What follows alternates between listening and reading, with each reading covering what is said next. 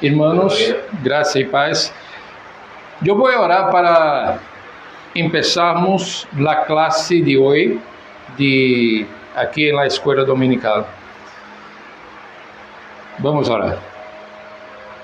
Padre, nos acercamos ao Senhor em la certeza de que o Senhor ha sido bondadoso, ha sido lleno de misericórdia para conosco, pero também nos acercamos, ó Deus, reconhecendo que necessitamos de tu graça para compreender as Sagradas Escrituras.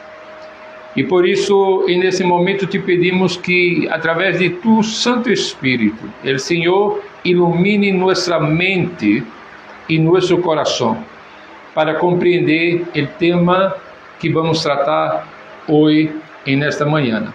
Em nome de Jesus. Amém. Amém.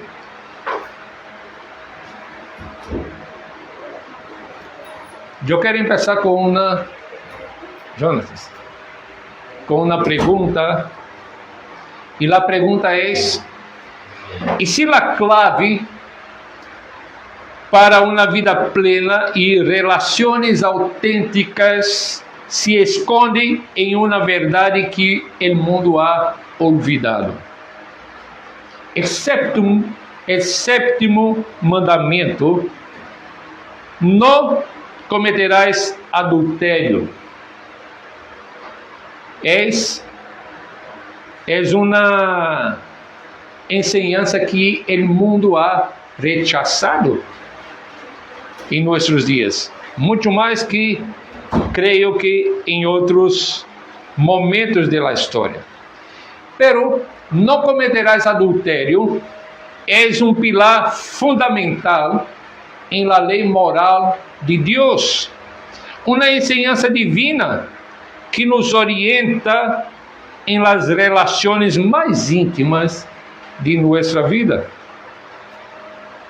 Agora, lejos de ser uma norma ultrapassada, sua relevância se agiganta em um mundo que constantemente redefine e degrada a sexualidade humana, a menudo com consequências devastadoras. Não necessita aqui mencionar o que cada um de nós, creio, temos conhecimento. La afronta a la família, afronta al matrimônio entre homem e mulher, afronta a la monogamia e todas essas coisas já estabelecidas por Deus em las Escrituras. E foi Jesucristo mesmo que em seu Sermão del Monte levou esse mandamento a uma profundidade insospechada. Ele nos revelou que a verdadeira obediência a esta lei de Deus não se limita a ações visíveis, sino que empieza ¿dónde? En el corazón, en el pensamiento. Entonces, teólogos fieles a las Escrituras nos ensinam que este mandamento não é uma proibição externa. Este mandamento é chamado a uma pureza que abarca cada rincão de nossa existência, desde os pensamentos mais secretos de nosso coração hasta a forma que interactuamos no mundo. E aqui, então, vamos primeiro ler o texto de Éxodo e o texto de Mateus. Éxodo capítulo 20, versículo 14. É um versículo com 3 palavras apenas.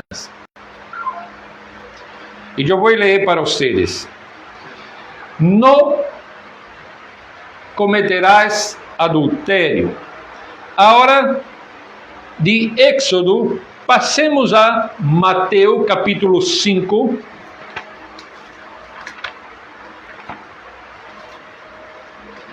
E vamos ler os versículos 27 e 28. Mateus capítulo 5, versículos 27 e 28. Oístes que foi dito: não cometerás adultério. Pero eu os digo que qualquer que mira a uma mulher para codiciá-la, já adulterou com ela em seu coração. Portanto, se tu ojo direito, vamos seguir hasta el 29. Tienes ocasião de cair, sácalo e échalo de ti, pois melhor te es que se pierda uno de tus miembros, y no que todo tu cuerpo sea echado al infierno. Pastor, una pregunta nada más, esa es una curiosidad. Realmente yo no he podido constatar si el contexto social en la época que se dieron los 10 mandamientos, si lo que existía era poligamia o monogamia. ¿Cuál era la norma social en esa época? Mira, déjame ubicar.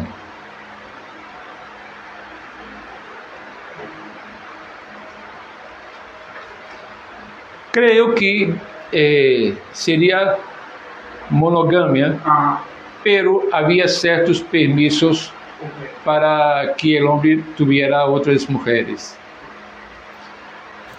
Então, pero depois vou verificar com mais exactitude, porque vemos a lo largo do Antigo Testamento que por exemplo, Salomão que tuvo diversas mulheres, pero hay que verificar com mais exactitude.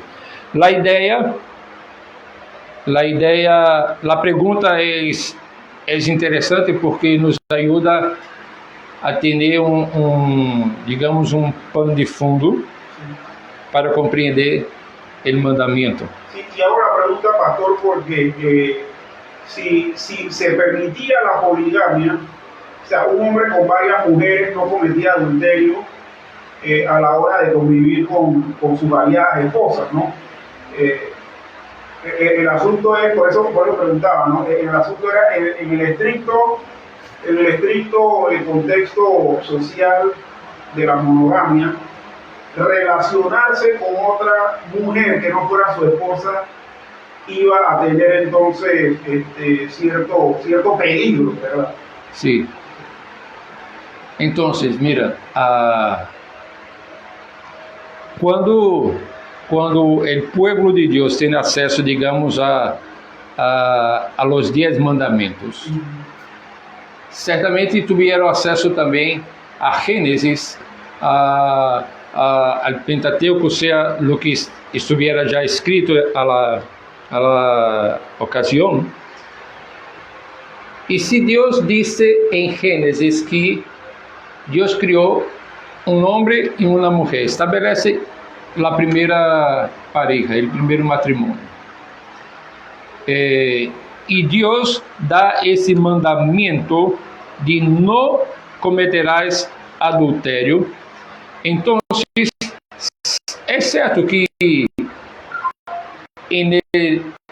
digamos, no contexto do antigo Oriente Próximo, onde estava inserido aí o pueblo de Deus, então os demais pueblos tinham certas práticas que eram contrárias a lo que Deus havia estabelecido. Então, é possível, por isso que dije que vou verificar com mais exactitude, é possível que tenham a monogamia como uma enseñanza conhecida entre o povo de Deus. Pero, a medida que o povo de Deus interactúa com outros pueblos, são influenciados por práticas paganas também. Então, certamente, o mandamento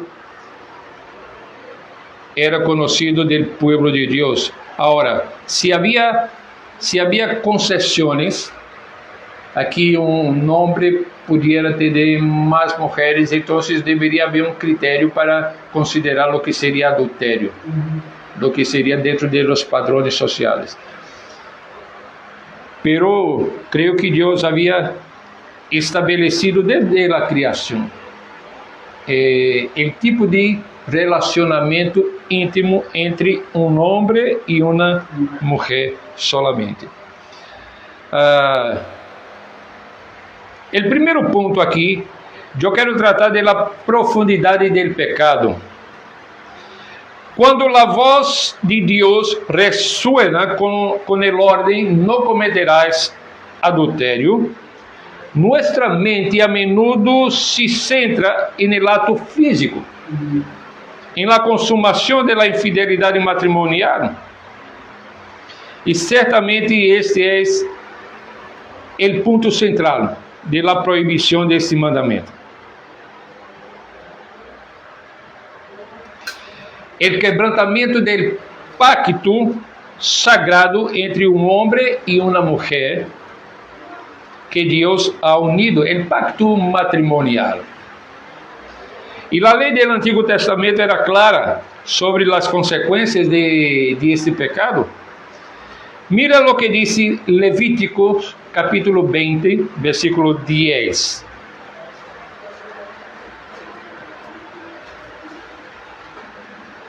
Levítico. Sí, Levíticos.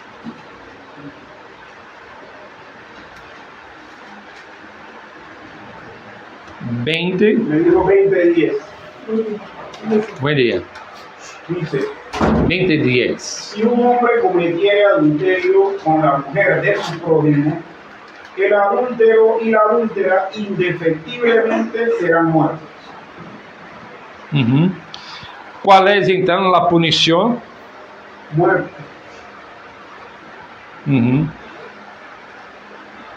Esa es... Ya desde esa época había pena capital. O sea, sí. Era arreglado la cosa. Sí. Sin embargo, sí. ¿Cómo? Me olvidó la pregunta que iba a hacer. Ok. Sin embargo, la enseñanza de Jesús en el Sermón del Monte nos impulsa a una comprensión mucho más profunda, revelando que Dios se preocupa no solo con nuestras acciones visibles, en el caso de no cometer adulterio con la infidelidad consumada, sino también por las intenciones, el deseo que anidan en nuestro corazón. E por isso Jesus confrontou com uma verdade radical. Jesus nos confrontou com uma verdade radical em Mateus capítulo 5, 28. Qualquer que mira a uma mulher para codiciá-la, já adulterou com ela em seu coração. Aqui vale dizer a mesma coisa que mencionei quando habla de matar.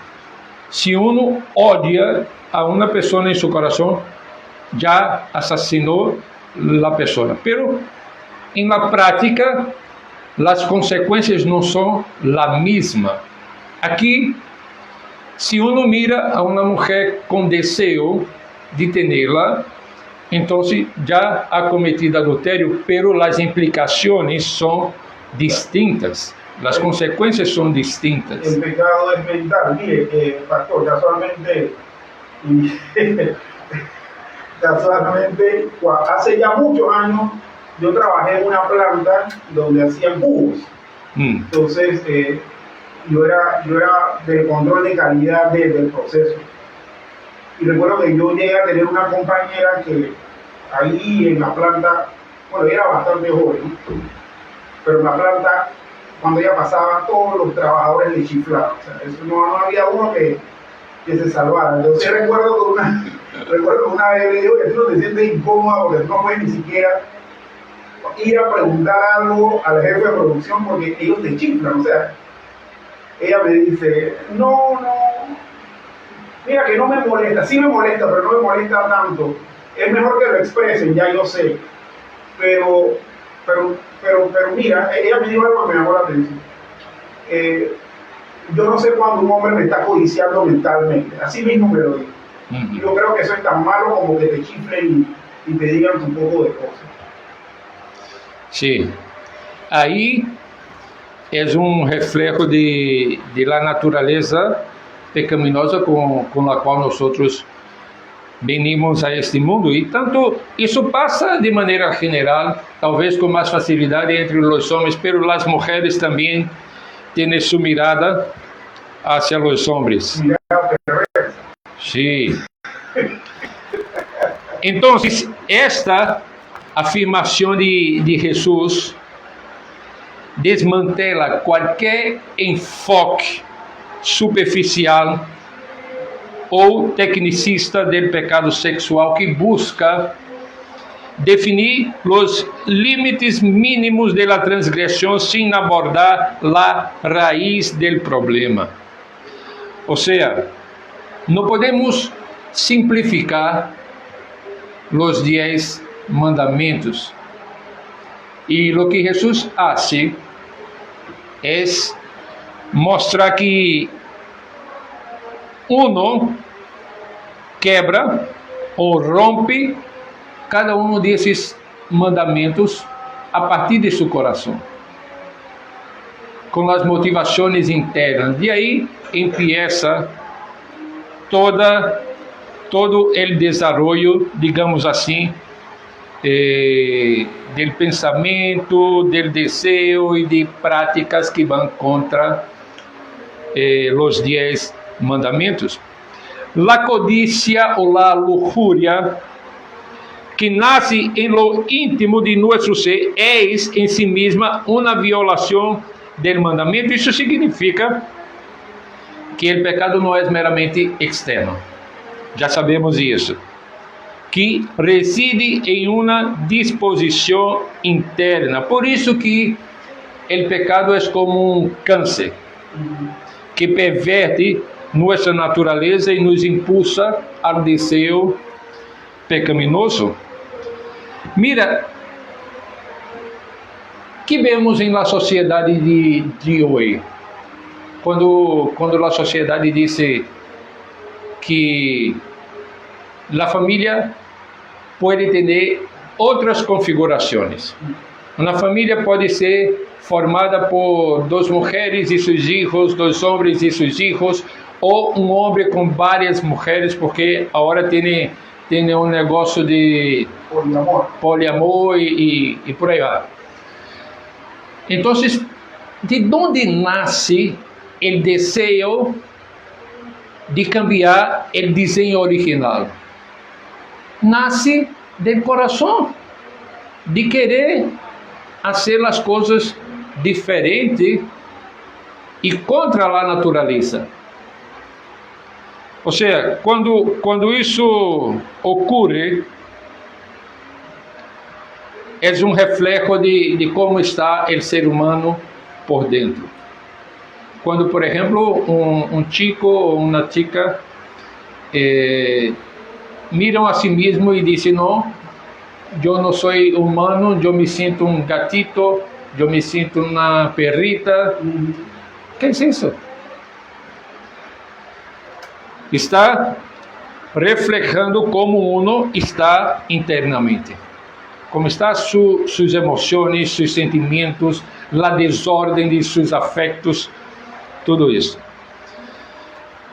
Mais allá do adultério explícito, esse mandamento proíbe uma ampla gama de pecados relacionados com a impureza sexual, que a Bíblia condena energicamente.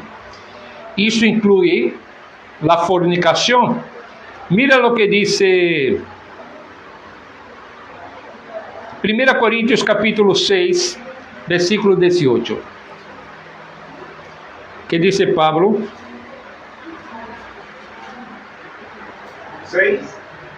6, 18.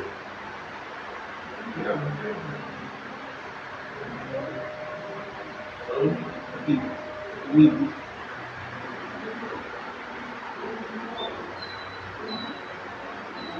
No lo entiendo.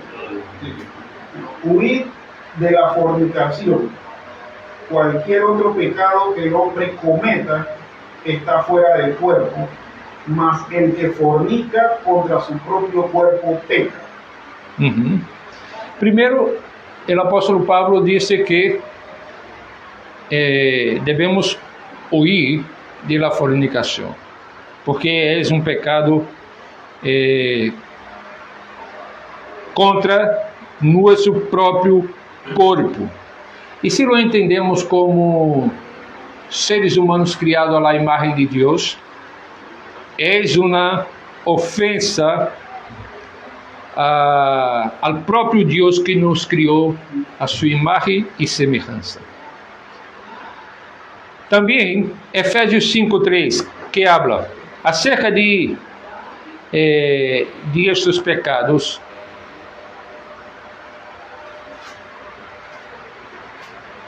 Efésios 5:3 dice: pero fornicación y toda inmundicia o avaricia, ni aun se nombre entre vosotros como conviene a santos.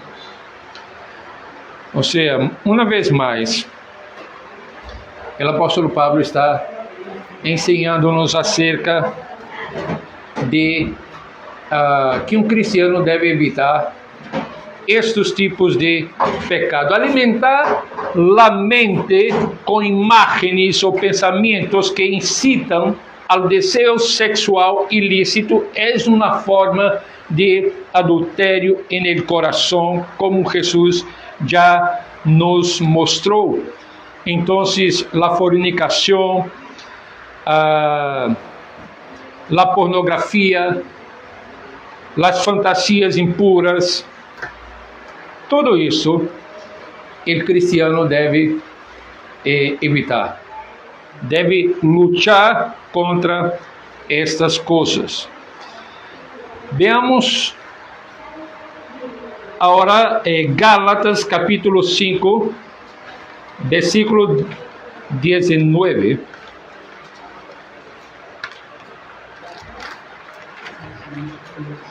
Eu vou ler para vocês. E manifiestas são as obras de la carne, que são adultério, fornicação, imundícia e lascívia. Aqui nesse capítulo, o apóstolo Pablo añade uma série de obras de la carne, que são pecados contra lo que Deus espera de nós como cristianos. Pero o verso que leí habla del tema que estamos tratando, de pecados en área sexual. Isso abarca as perversões, atitudes, palavras, comportamentos que promovem ou expressam a sexualidade de maneira desordenada. Ou seja, adultério, fornicação, imundícia, lascívia, se refere aqui a palavras, atitudes e comportamentos que expressam uma sexualidade desordenada. São, como disse, as obras de la carne que o apóstolo Pablo está tratando de mencioná-la, não exaustivamente, digamos, mas que abarca montão de coisas que são referidas como obras de la carne, em contraparte a las obras ou el fruto del Espírito que vemos em los versículos adelante, versículos 22, 23 desse mesmo capítulo. Miremos agora, deixa-me ver, Romanos capítulo 1, versículos 26 e 27.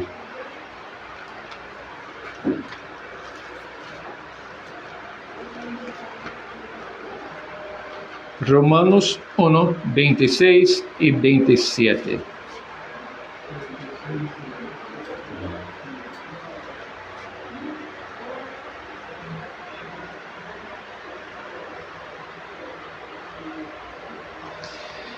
Mira, aqui o apóstolo Pablo, nesse capítulo, está falando de que o ser humano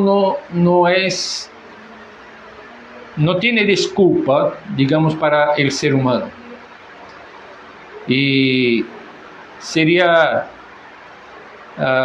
em outras palavras, o apóstolo Pablo mostra que o ser humano é culpável de suas práticas pecaminosas. Começando no versículo 18 hasta o final, o apóstolo Pablo trata de uma série de práticas que são contrárias ao desenho original de Deus, e essas práticas abarcam as perversões e a sexualidade, e que são descritas aqui como paixões vergonzosas e antinaturais em las Escrituras. Então, vamos a ler solamente o versículo 26 e 27. Que diz? Romanos 1. Por eso, Dios los ha abandonado a pasiones vergonzosas. Hasta sus mujeres han cambiado las relaciones naturales con las que van contra la naturaleza. De la misma manera, los hombres han dejado sus relaciones naturales con la mujer y arden en malos deseos los unos por los otros. Hombres con hombres cometen acciones vergonzosas y sufren en su propio cuerpo el castigo merecido por su perversión. Gracias. Mira,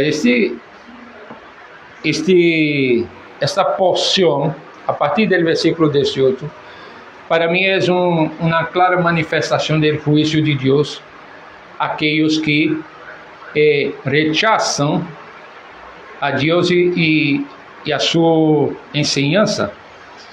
Porque o apóstolo Pablo disse no versículo 18: porque a ira de Deus se revela desde o céu contra toda impiedade e injustiça de los hombres que detienen com injustiça a verdade. Então, o ser humano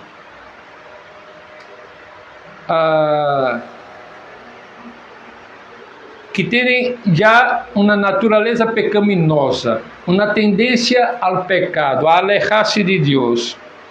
Então, aqui mostra claramente que essas pessoas estão seguindo essa natureza e que estão detendo com injustiça a verdade, porque miram toda a criação.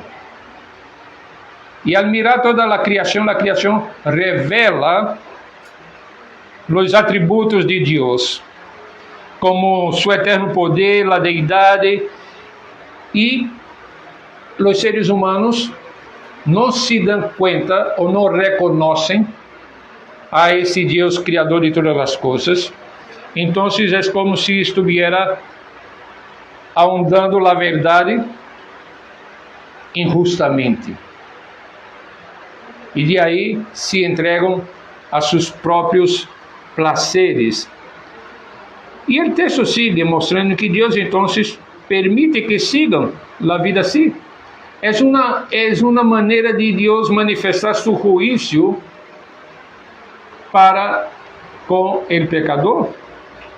E hasta que conozcam a Cristo, estão debaixo de la ira de Deus. Pero aqui, o verso 26 ressalta, uma vez mais, ou hace parte desse quadro de pecados sexuais, en el qual o ser humano nascido em pecado pode encontrar-se metido, assim como os regenerados também. Há que lutar contra essas práticas que são contrárias ao desenho original de Deus, para que não caiga em pecados como estes. El pecado sexual en todas sus formas, ¿qué es? Es una distorsión del don de Dios y una traición a la dignidad humana. No es solo una infracción social, es una expresión de una profunda enemistad contra Dios, que exige regeneración y santificación. La hipocresía que solo evita el acto externo, mientras alberga impureza en el corazón, es completamente estúpida. Y no es de extrañar que el pecado sea tan atenuado por muchos. O sea, vivemos una época y vivemos en una sociedad completamente pervertida, que lo que necesitamos en este caso sería una recuperación de una ética sexual bíblica, de comenzar con una reavaliación de la seriedad del pecado en su raíz más íntima, en el corazón. Entonces, yo decía poco para el Señor que está con nosotros, me olvidé, justo, que yo estaba una vez pasando por una universidad y había encontrado un amigo y una amiga, y después se acerca una amiga de estos mis amigos. Y estábamos aquí hablando de las escrituras, algunos temas de la Biblia, y esta persona que se acercó me preguntó así: pastor, ¿por qué los pastores todavía siguen enseñando que el matrimonio es algo reservado para... No, la relación sexual es algo reservado para el matrimonio? Y yo le dije, bueno, porque Dios así estableció, y nosotros como pastores no tenemos la libertad de cambiar lo que la Biblia dice que es y cómo debe ser. Entonces, mi respuesta no fue agradable para esta persona que me hizo la pregunta, porque creo que quería talvez una respuesta diciendo, no, vamos a actualizar las escrituras. Exacto. Vamos a hacer con que sea más contemporánea. Sí, porque no. Uno dice eso y le dicen retrógrado, sí, anticuado. Exacto. Pero no podemos cambiar las escrituras. Si Dios estabelece que la relación sexual es para desfrutarla dentro del contexto del matrimonio, es ahí que uno debe disfrutarla. Pasando de eso, es pecado, sea en aquel que comete adulterio, sea en el soltero que alimenta sus pensamientos, sus deseos, de maneiras que contrária a las escrituras. Bueno, hemos visto aqui a profundidade do pecado. Não é algo solamente externo, é algo que afeta nosso coração. Empieza. La masturbación podría entrar como un pecado ¿Cómo? sexual. La masturbación. El Sí. autoplacer. Sí, sí, porque como me dijo una vez un pastor, uno no se masturba pensando en una flor, alimenta otras cosas en la mente, entonces es pecado.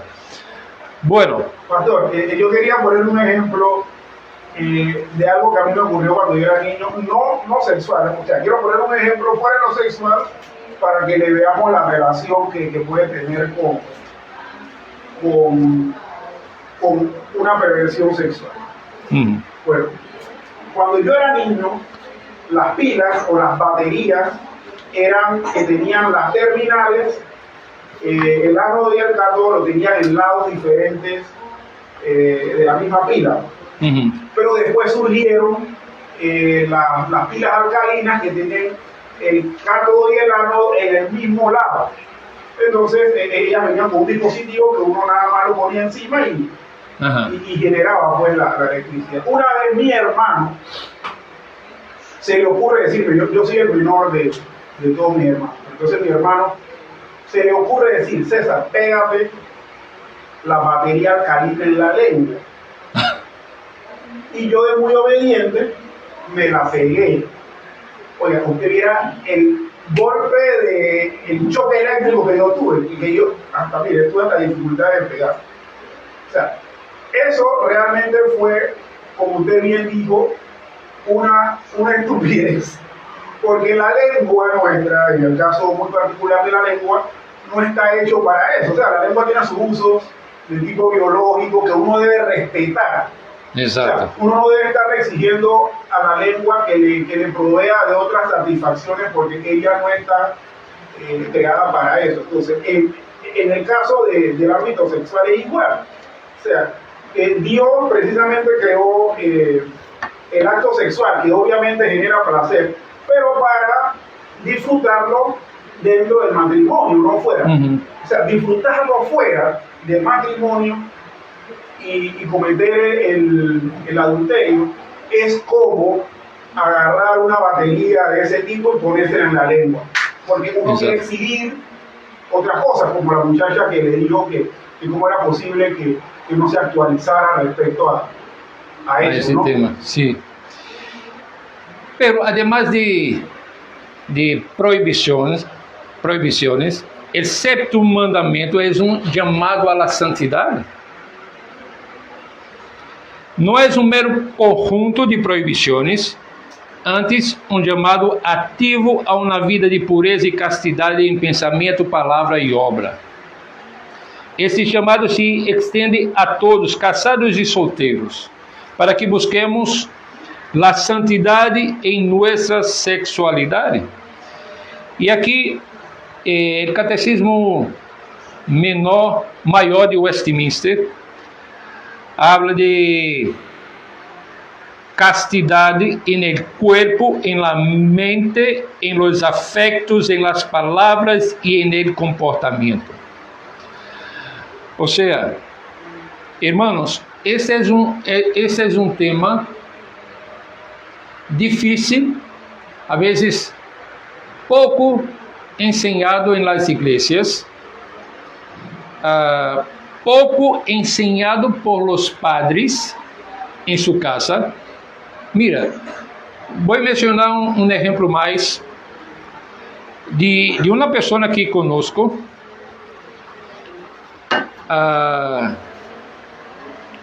donde quando esta pessoa cumpriu como 16, 17 anos, su padre pensou que estava en la hora de hablar sobre el tema, pero el padre no sabía o qué hablar, cómo hablar. Entonces, lo que el padre hizo fue comprar una revista con mujeres. De las cariñosas. Sí, sí. Compró una revista y puso al alcance de su hijo. Como se dijera, bueno, lo que tiene que aprender sobre eso está ahí.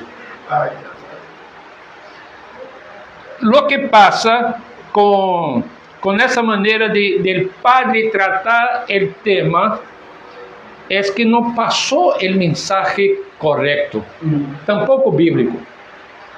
Porque, no mínimo, la consecuencia sería ese muchacho crecer en la pornografía. no solo en mirar revistas, pero... auspiciado por el propio Papa. Sí, sí. Entonces, los padres, los cristianos, hay que ensinar a sus hijos y hijas sobre el tema, de manera adequada, passo a passo, à medida que vão crescendo e que podem compreender as coisas. Agora, quando consideramos esse chamado à santidade, falamos aqui de pureza e de castidade como um dever para casados e para solteiros. Vamos a ver o que diz 1 Pedro, capítulo 1, versículo 15 e 16. ¿Primera o segunda? Primeira carta de Pedro, capítulo 1, los versos 15 e 16.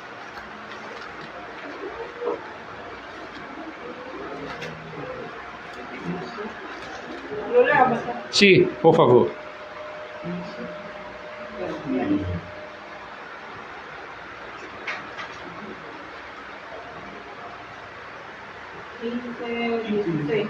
Dice así: sino como aquel que os llamó es santo, sed también vosotros santos en toda vuestra manera de vivir, porque escrito está: sed santos, porque yo soy santo. ¿Qué está diciendo Pedro para nosotros? El apóstol que nos llamó es santo, nosotros también debemos ser santos. O sea, Pedro está diciendo para nosotros, casados y solteros, que debemos reflejar el carácter santo de Dios en nuestra manera de vivir. Si estamos casados, reflejar la santidad manteniendo la pureza en nuestra relación matrimonial. Si estamos solteros, manteniendo la pureza y la castidad como enseñanza bíblica. Ahora, ¿qué implica esta pureza y esta castidad? Esse chamado à santidade. Quanto a esse tema, isso quer dizer que devemos cuidar sobre pensamentos e sentimentos.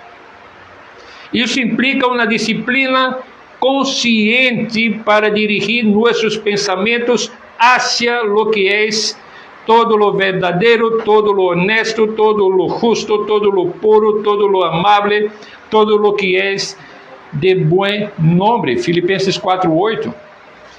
E como nos ensinou Jesus no capítulo 6, versículo 21 de Mateus, quando disse que onde está nosso coração, ou seja, nossos afectos, ali estará também nosso coração.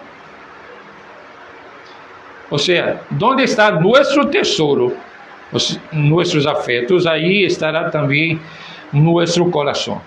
Então, se há algo que viene ao pensamento em termos deste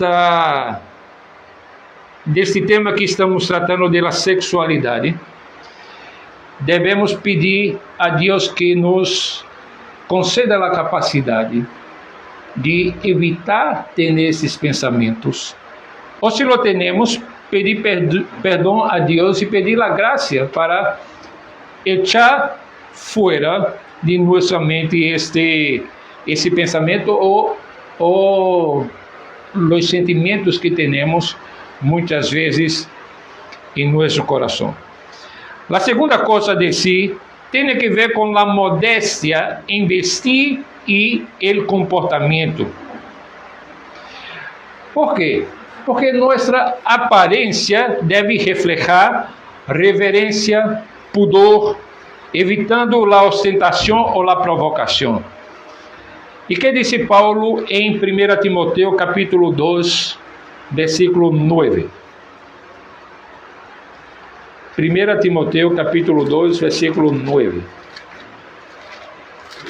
Dice, asimismo, que las mujeres se atavíen de ropa decorosa, con pudor y modestia, no con peinados ostentosos, ni oro, ni perla, ni vestidos costosos.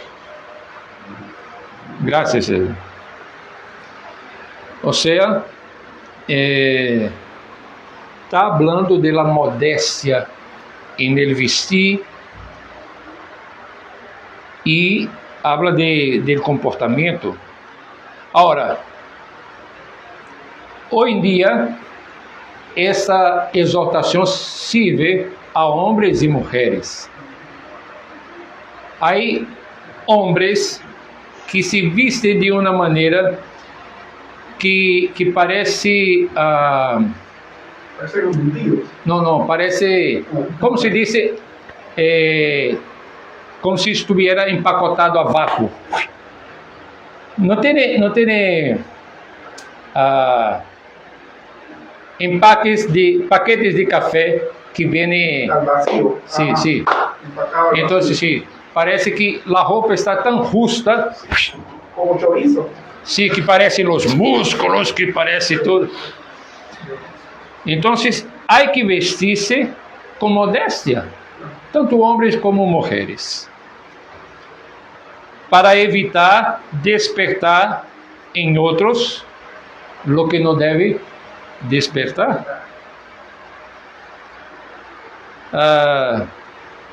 Isso não é uma questão de regras, mas que tudo isso é um tema que tem que ver com a pureza e com a santidade. Como nós, como cristianos, reflejamos a santidade de Deus em la maneira como nos vestimos, como tratamos a uma senhora, a uma dama, a uma chica, como as mulheres tratam os homens também.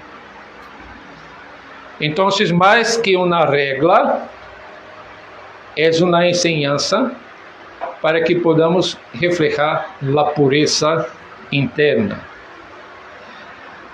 Uma outra coisa tem que ver com a verdade bíblica de que o corpo é templo do Espírito Santo. Reconhecemos que nosso corpo ha sido redimido e é morada do Espírito Santo. Por lo tanto, devemos glorificar a Deus com ele. Mira que disse Pablo em 1 Coríntios 6, 19 a 20. 1 Coríntios 6, 19 a 20.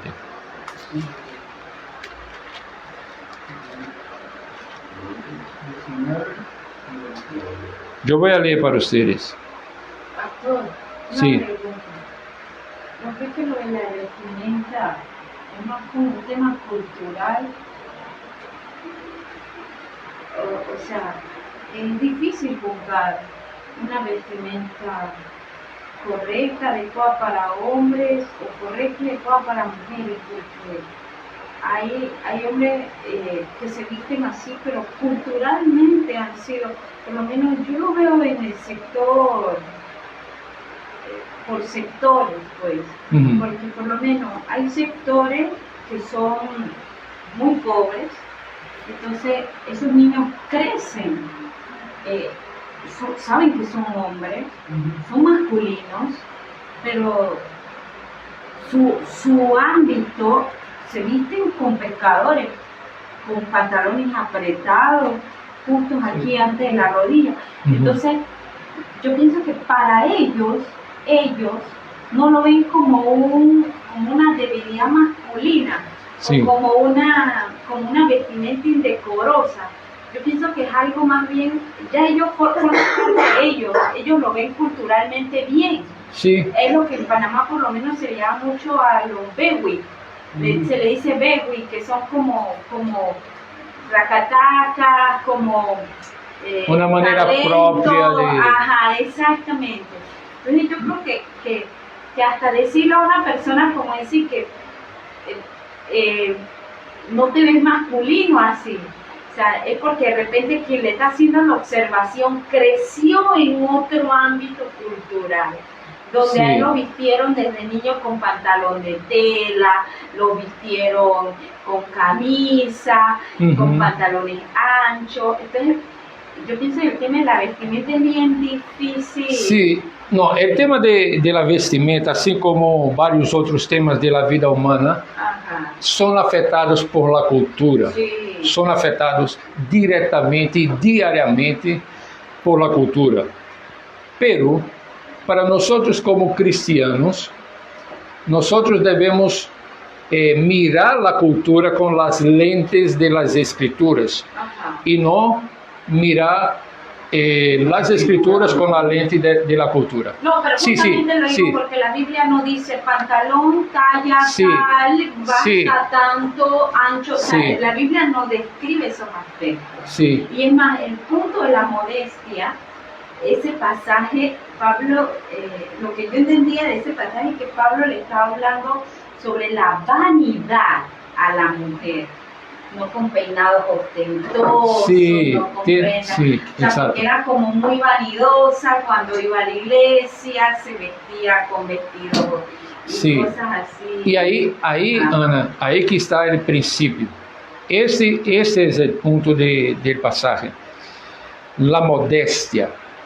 A Bíblia não vai a dar-nos patrones, digamos, estabelecidos.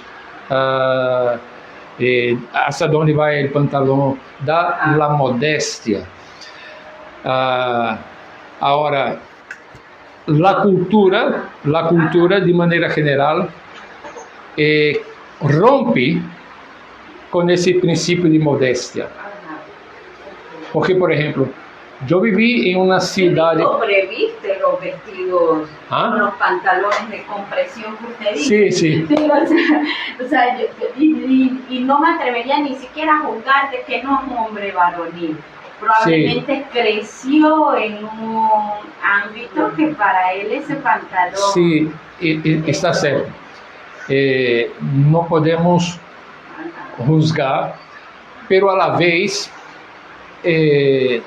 hasta desde um ponto de vista cultural, há o que se espera que seja, digamos, apropriado para o homem e há o que seja considerado apropriado para a mulher, dentro de determinada cultura. Agora, esses patrones que têm podem ir a um extremo e a outro, depende do contexto específico que uno cresce. Eu vivi em uma cidade onde, ao norte de Brasília, que tem um clima muito parecido com Panamá. É muito caliente e também úmido.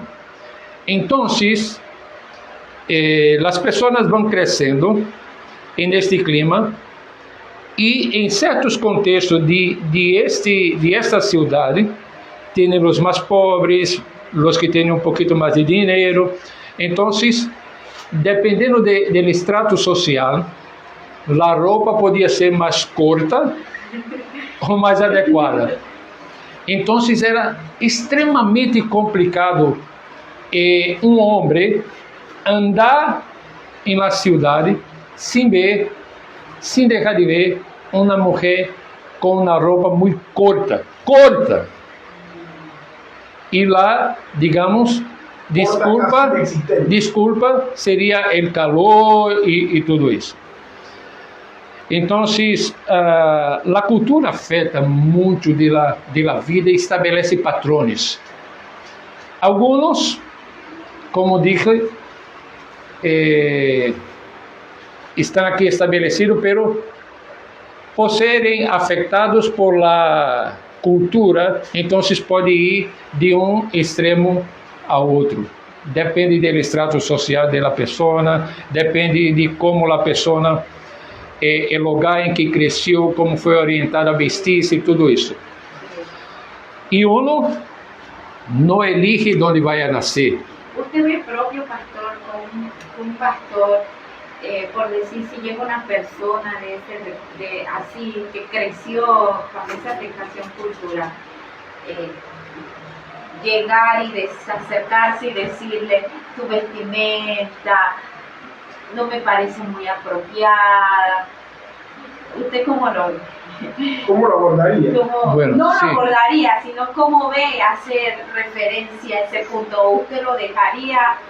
No, si es cristiano, digamos que sea alguien que está se acercando a la iglesia o que se torna miembro de la iglesia, pero tiene una herencia, digamos, de una familia no cristiana.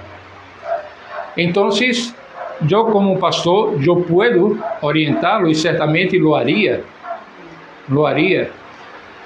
pero no iba digamos, a juzgarlo inicialmente por su apariencia. No, pero iría orientarlo de cómo debe ser. Por ejemplo, a mí me parece muy raro cuando unos cristianos viene a la iglesia un hombre con una bermuda, digamos. Pero en la iglesia a veces vienen personas así, pero no es que están mal vestidas, no. A veces están bien vestidas, pero crecemos entendiendo que en el contexto de la iglesia exige una manera de vestirse. Crecemos por ejemplo, yo trabajé en un banco.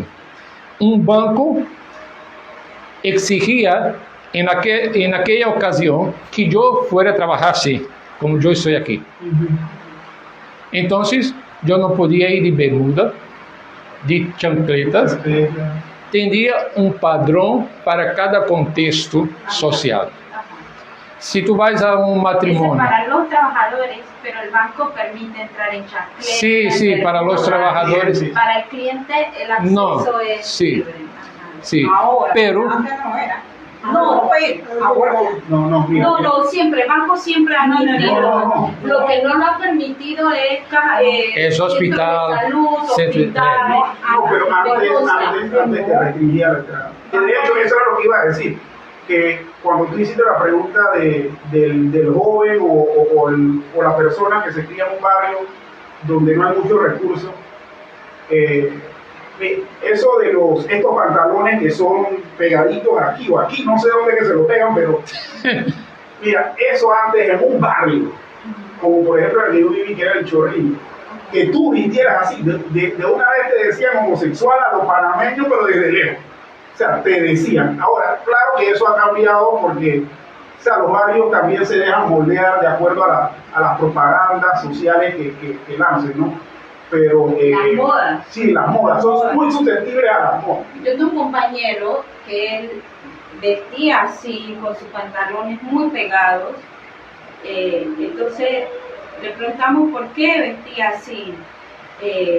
La empresa no tiene código de vestimenta, donde yo voy.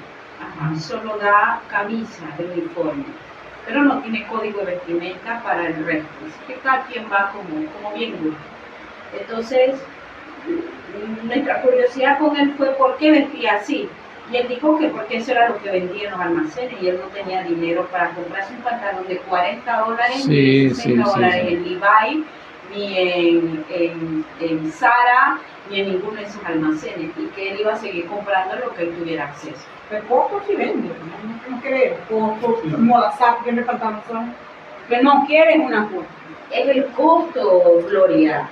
O sea, tú llegas a Modazar y ves un pantalón, basta de modelo, no cuesta $5 que te cuesta el otro, cuesta $20 y tantos, además es un Levi o algo. Me cojo que yo he visto los Levi en Modazar y no cuestan lo que cuesta el otro, cuestan $20. O sea, es eso, pues, lo que quiero plantear el punto es ese, que él en ese momento él no tenía los recursos. O sea, eso fue lo que nos dijo directamente. Ajá, entonces, ¿qué se hizo? Fue recoger dinero Sí. para que él pudiera comprar un pantalón, porque era un tema de limitación. Sí. Ajá. Yo creo que la clave, pues, si es que se puede usar la palabra, es lo que aquí en 1 Timoteo 2:9 dice, asimismo, se atavían de ropa decorosa. O sea, para mí creo que es clave entender decoroso, que es algo decoroso. O sea, algo decoroso es, como bien significa la palabra decoro, es algo que cubre algo que no debe ser visto. Entonces, obviamente, en esa cultura, la antigua como en la nuestra, vestir de manera decorosa es vestir de una manera que uno no llame la atención, y más en el caso que estamos viendo ahora, que es lo del pecado sexual, adulterio y demás, o sea, que no despierte esas cosas. Ujú. Porque yo puedo ser un hombre a lo mejor muy musculoso, cosa que no soy, pero si yo me pongo estos suéteres, yo voy a estar mostrando, qué sé yo, pectorales, Sí. y eso puede que llame la atención. Y también me llama la atención la palabra de modestia, ni con peinado ostentoso. Mire, que una vez a mí me tocó estudiar esto y yo me fui al diccionario y la palabra ostentoso tiene que ver con un término que nosotros usamos en la actualidad, que es cosmético. Entonces viene de la palabra cosmos también. Entonces todo eso lo que habla es como de ordenar las cosas de tal manera que la impresión a la vista sea de asombro. ¡Wow! O sea, qué bien arreglado estás, qué bien peinado estás. Oye, cosas como esa, ¿no? Entonces, la sugerencia pues, que hace precisamente el texto es que vistamos de la manera prudente, modesta, que no despertemos ni llamemos la atención a los demás y que eso provoque pecado. Exactamente. Gloria. No, hace mucho tiempo escuché un mensaje que, ¿cómo se llama? Hablando de estos temas, el pastor C.C. Cruz, y él decía que esta carta fue escrita a los creyentes, cuando se había una conversión, porque digamos que la persona venía del mundo, y en el mundo que no hacía diferencia, pues. Entonces, al convertirse, Pablo le escribe cómo debía vestirse, para que no hubiera confusión, no hubiera confusión, Sí. que la vida continuaba igual. Entonces, le da, pues, no tenía, porque en el contexto, en aquellos tiempos, las mujeres siempre, sobre todo las mujeres, pues, era utilizada acto para acto sexual. Entonces ella iba a esa diosa, no me acuerdo cómo que se llama, Diana. Entonces ella danzaba, bailaba, entonces el pelo, el creposo, todo eso, tenía que haber un cambio. Entonces Pablo le escribe eso a una persona, convierte. Entonces él decía, uno puede escoger a esa persona, pero hay que enseñarle, porque Exacto. no puede ser igual. Y eso es lo que escuché, y así que me quedo con él, con eso. Sí. Vamos a avançar aqui, porque creio que o versículo, de certa maneira, lo tocamos bem. La modestia, el pudor, lo que es una ropa decorosa, pero el mensaje es que no debemos vestirnos de una manera provocativa, pero devemos vestir de maneira que reflete santidade ou respeito ao ambiente que nós estamos. Ella le quería comentar Sí. otra cosa.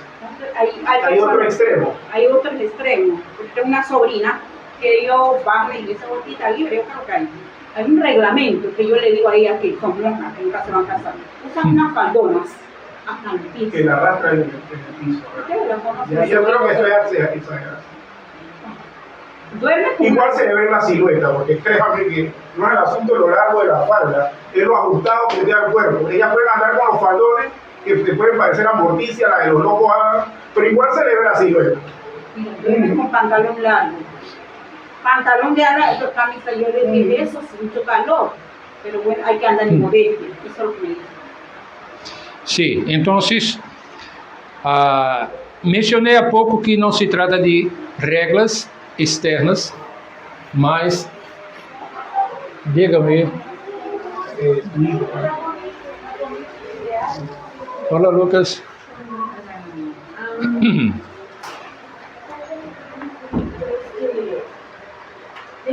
Já estamos à hora.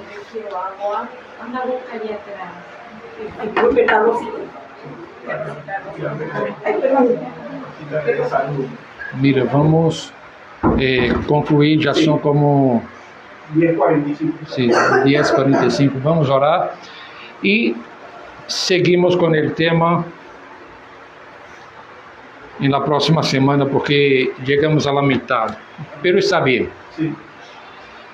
Padre, gracias por esse tempo, gracias por cada um que pudo participar dessa classe, o comentário, as perguntas que contribuíram para a meditação neste tema. Pedimos tu graça para que sigamos profundizando em la compreensão e na interpretação correta de este mandamento para a glória de tu santo nome. Em nome de Jesus. Amém.